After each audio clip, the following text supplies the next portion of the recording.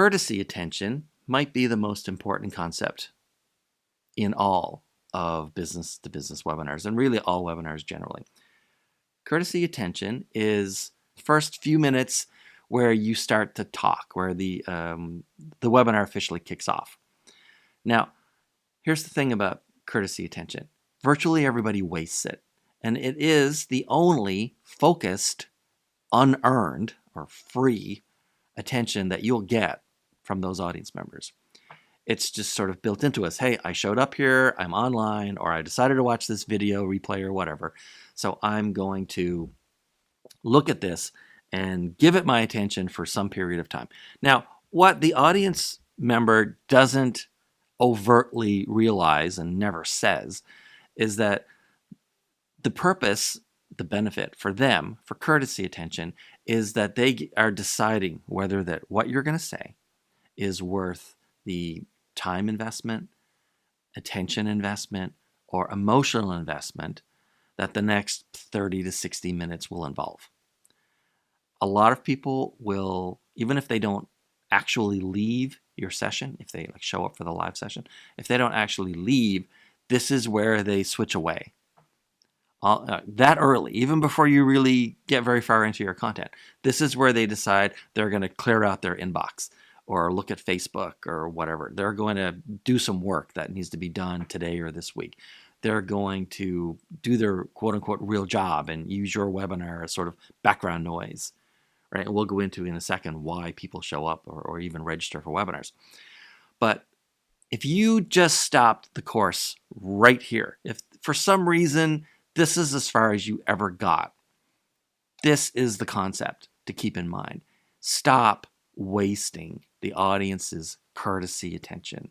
Stop opening with housekeeping details. We're going to do this and then we're going to do that. And if you have a question, put it in the chat box and chat window or whatever. All right. It's the 21st century. We're post-pandemic. We spent 1,000 days working from home. Everybody knows how to use the chat window to ask a question or make a comment. All right. Nobody needs instruction on that anymore. Stop wasting their time on silly stuff.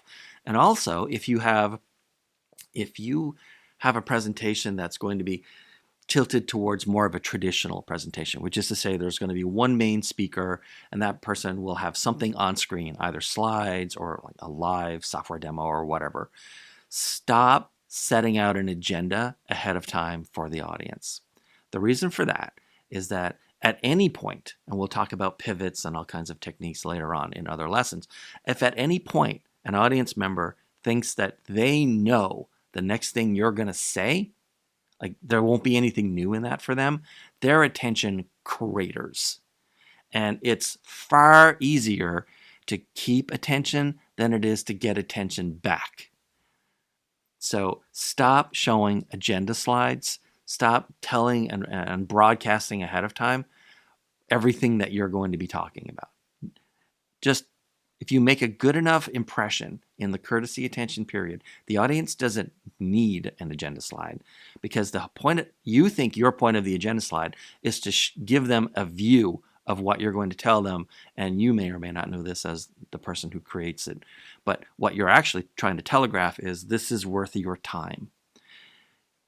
Don't try to tell them that it's worth their time. Show them that it's worth their time by owning the first few minutes, owning the courtesy attention period. They'll make the decision themselves one way or the other, whether or not you are worth the time investment, the emotional investment, the attention investment. Whether or not they're going to stay is not a logical decision. The other thing to think about, not just for courtesy attention, which is the first few minutes, like I said, but throughout the entire webinar, is that you should assume that every audience member on their table, on their desk, in their hand, or in their head has one of those little tiny hourglasses that you might get in a board game with maybe like a 3 to 5 minute amount of sand in it.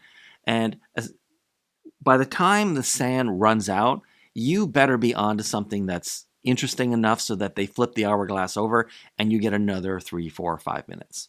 And then flip it again and flip it again. You will have to keep re-earning the audience's attention throughout the entire webinar. Now, the structure I'm going to show you for a traditional or hybrid style presentation handles this for you. So you don't need to worry about, oh my God, what am I going to do? And how am I going to do? No, don't worry about that. You follow the structure that I'm going to give you. You fill in those buckets of, content and attention, and you will be okay for the hourglass. But just understand, you can't just drone on and on and on. You can't stay on one thing for too long, or most of the audience will get bored, and then if they don't leave, they'll at least flip over to another window and start doing something else. Don't forget about that hourglass, because it controls whether or not you're going to have any results at the end of your webinar.